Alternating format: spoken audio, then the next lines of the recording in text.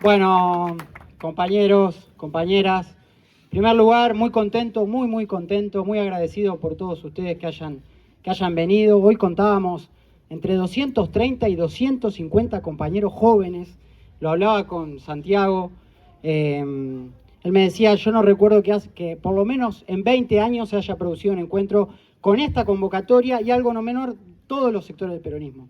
Todos los sectores del peronismo provincial, todos los sectores de Santa Fe, del peronismo santafesino están hoy acá, y eso demuestra también la buena predisposición que están teniendo los compañeros para poder construir. Gracias Fito, gracias Delphi, gracias a todos por formar parte de la organización y también por poner su casa.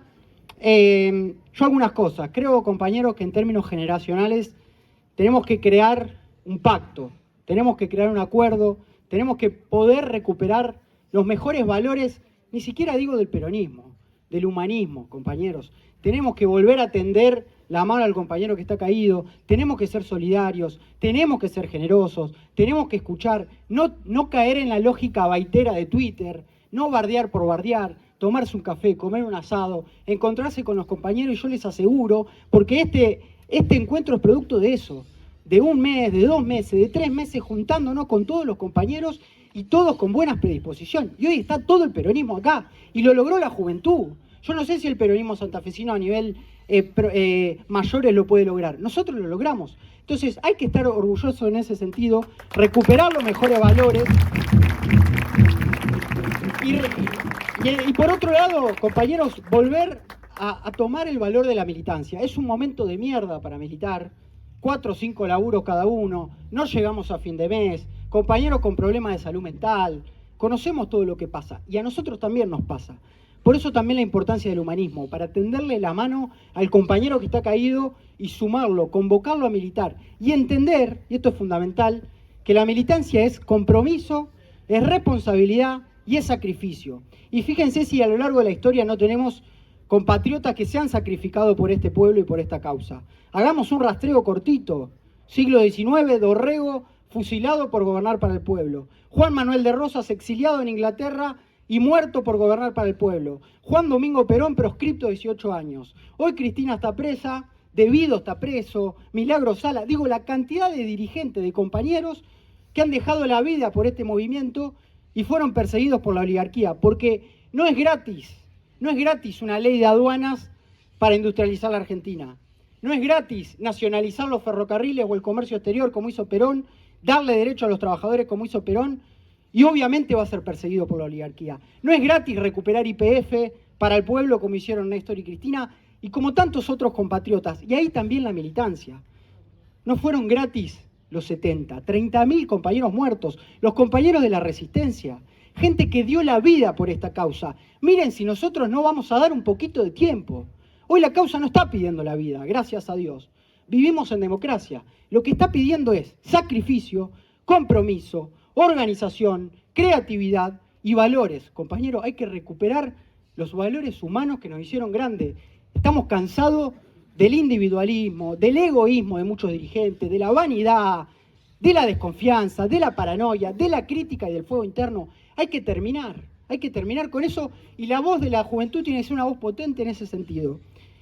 Después entender, yo creo que la juventud es una fuerza en sí mismo, la juventud, por la edad, por la energía, por el tiempo, por el empuje que tiene, porque en términos políticos somos los que estamos fiscalizando los domingos en las elecciones, somos los que estamos timbreando y hablando con la gente, somos los que conocemos la universidad, los que pateamos el territorio, los que conocemos las nuevas dinámicas de comunicación, que eso no es menor, ¿no? Dejamos el cuero por la política. Entonces es importante volver a rescatar el valor de la juventud. Y fíjense, traigo 2 ejemplos del enemigo, pero que tuvieron gestos con respecto a la juventud. Año 2023, ¿cuántas personas se reconocían como libertarias en la Argentina?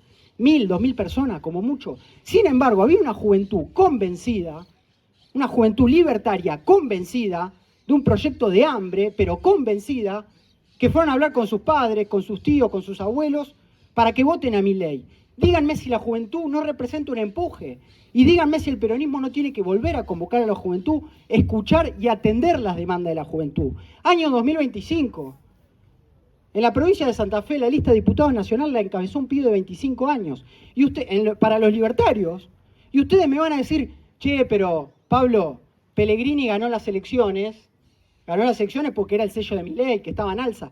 Sí, sí, entiendo. Pero hubo una apuesta del enemigo, conservador, de derecha, reaccionaria, de poner un pibe de 25 años. Y el peronismo que es el partido del pueblo, partido de los trabajadores, el partido revolucionario, progresista, ¿dónde están los pibes? ¿Dónde están en las discusiones? ¿Dónde están en las listas? Entonces, compañeros, con firmeza, hay que tener coraje, huevos, trabajo, organización y empezar a poner estos temas sobre la mesa. Y en ese sentido, yo creo de cara al desafío que tenemos el año que viene, me parece que este pacto generacional del que hablaba tiene que ser a largo plazo, ¿no?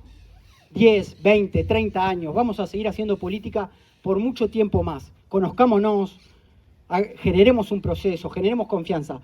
Y pensando más en lo inmediato, más en el año que viene, yo creo que el peronismo, sin dudas, va a volver a gobernar la Argentina.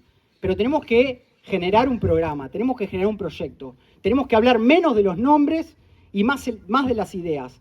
Y con respecto a la provincia, si se mantiene un escenario de tercio, si generamos una unidad real y genuina, y hay un programa claro para compartir a los santafesinos, no tengo duda de que también podemos volver a gobernar la provincia de Santa Fe.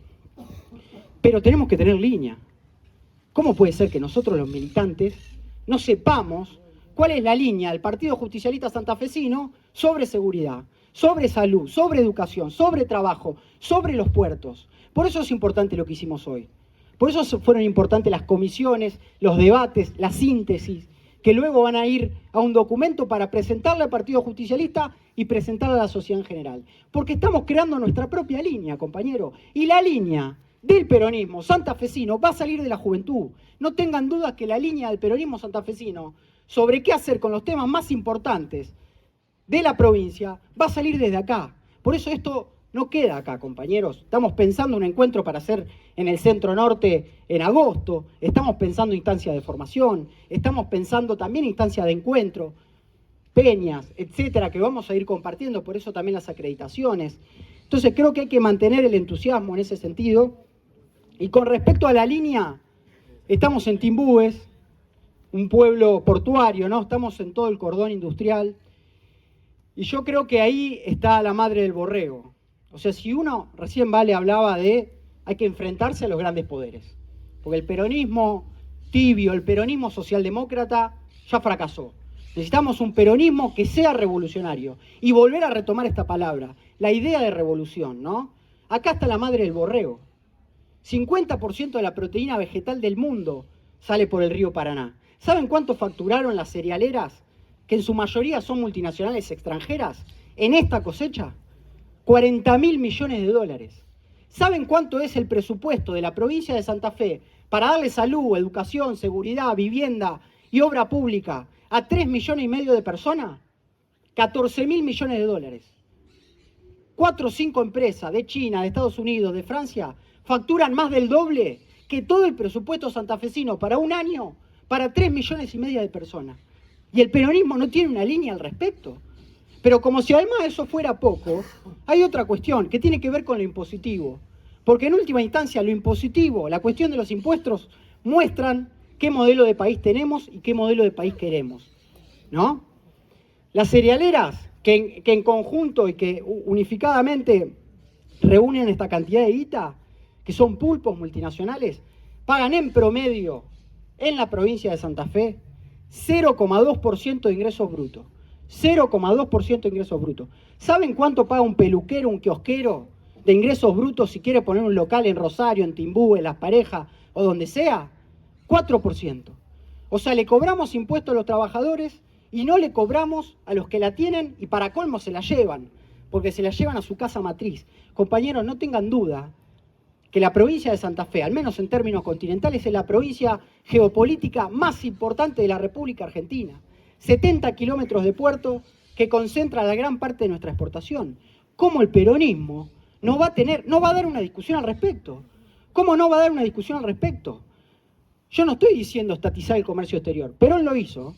Perón estatiza el comercio exterior en el 45. Ojalá lo podamos hacer. Pero al menos pensar una empresa testigo como estaba pensado con Vicentín, o al menos pensar una distribución de la riqueza con respecto a los impuestos. ¿Imaginan ustedes si subimos un punto de ingresos brutos a empresas que facturan 40.000 millones de dólares, la cantidad de viviendas que podríamos financiar, patrulleros, hospitales, créditos para las pymes para que pueda haber laburo? Eso es la política en última instancia, compañeros. La política es una disputa de intereses. Y la disputa de intereses en la República Argentina está muy claro. O se gobierna para el pueblo, se gobierna para las mayorías, o se gobierna para una minoría. Y lamentablemente, el peronismo parece ser statu quo, parece ser conformismo, parece abandonar su lógica revolucionaria. Y nos viene a correr por la izquierda, que nunca hizo nada en este país. Nunca hizo nada en este país. Pero claro, nosotros tenemos que volver a levantar nuestras banderas más importantes. Compañeros, para cerrar, voy a retomar algo que me parece central en esta construcción, este proyecto que tenemos por delante, que tiene que ver con el sentido de trascendencia, que tiene que ver también con el espíritu. Me parece que el peronismo en última instancia se ha vuelto extremadamente materialista. Se ha vuelto extremadamente materialista y ha dejado la idea de fe, ha dejado la idea de espíritu dentro de su doctrina y de su formación. Hay que volver a compartir una doctrina que tenga el sentido de trascendencia en el centro. Y en ese sentido, voy a traer una historia que les puede parecer medio falopa o que no tiene nada que ver o media mística, pero se van a dar cuenta que tiene mucho que ver porque es muy profundo lo que estamos tratando de construir. La historia transcurre hace muchos años y lejos de acá. Es la historia de los primeros cristianos. Ustedes saben, cuando Jesús se muere, posteriormente resucita, quedan los 12 apóstoles predicando la palabra, predicando la nueva, ¿no? La palabra de redención. Se desparraman por todo el Imperio Romano. Y lo particular es que estos 12 apóstoles estaban súper convencidos mientras el Imperio Romano se caía a pedazos. Había libertinaje, organizaban orgías, se emborrachaban, hacían culto a la muerte, iban al Coliseo Romano a ver cómo los leones se comían a la gente. Mientras todo esto pasaba con el Imperio Romano, había una secta, porque al principio el cristianismo fue una secta, de 12 tipos convencidos que predicaban y predicaban y predicaban. Iban con lo opuesto y compartían el pan y celebraban la misa en las catacumbas, escondidos en las piedras porque los romanos los perseguían. Los romanos los asesinaban y por cada mártir, por cada muerto cristiano, había 2, había 3, había 4, había 5 que se bautizaban. Y crecía y eran 12, después fueron 20, después fueron 30, después fueron 100, después fueron 1000. Y hay una frase interesante que menciona un cura en un libro que dice: los romanos se cansaron antes de matar que los cristianos de morir. Y efectivamente, en el año 313, después de 300 años de muerte, de persecución, de sufrimiento, el cristianismo termina siendo religión oficial en el Imperio Romano. Y fíjense, de 12 tipos que estaban convencidos, terminaron haciendo la religión más grande a nivel mundial, de la historia de la humanidad, 2.500 millones de fieles. ¿Qué quiero decirles con esto? No estoy hablando de religión. Ni siquiera quiero decir que el peronismo tiene que ser un movimiento confesional. La relación con Dios es personal y privada. Lo que estoy hablando es de fe, compañeros. Hay que recuperar el sentido de trascendencia y hay que recuperar una fe colectiva, porque si no estamos convencidos de que vamos a ganar, efectivamente va a ser imposible.